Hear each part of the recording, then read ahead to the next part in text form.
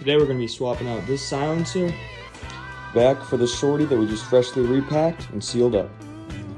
So we swapped out the original shorty because we were having a pretty bad oil leak back here. So the previous guy didn't seal it up correctly when he repacked it. Now that it's all repacked, we can throw it back on the bike.